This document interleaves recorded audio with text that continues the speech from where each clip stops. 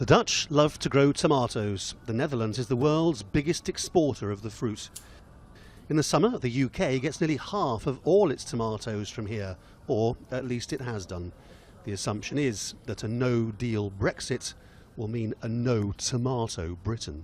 You're talking about empty shelves on the UK side with a price effect, job loss probably, but at the same time for us we have a lot of product that is not going to the UK market, so it has to find other new markets. The British rely just as much on Rotterdam, Europe's biggest port, to service the demands of consumers. It is a model of efficiency. Freedom of movement of goods, services, money, people. It's the most treasured achievement of the European Union. In its purest form, Brexit says no to all of those things. But because the British government still can't decide what sort of Brexit it wants, the Dutch have had no choice but to get into worst-case scenario planning. No trade deal with the European Union would mean fruits, vegetables and meats having to be checked at this new border to ensure it all meets hygiene standards.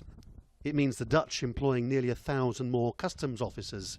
It means queues, backlogs, turning away from the UK and seeking new markets.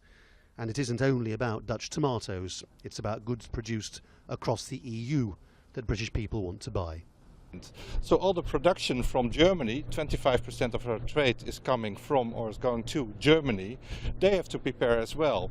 And that is where the real challenge is. Are they preparing as well as Rotterdam is for the Brexit? Because if they are not prepared, then it still stops here. Across Western European capitals, the same conversations are being had.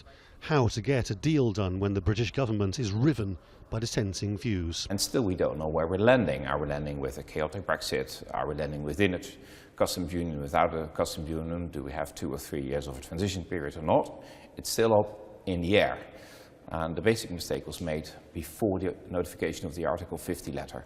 So you still see that British politicians are negotiating among themselves what the Brexit should look like. And that question should have been settled by now. The British government has warned that Brexit could lead to food shortages, though such talk is dismissed by purist Brexiters as scaremongering.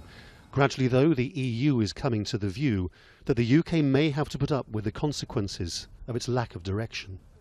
Laurence, Al Jazeera, Rotterdam.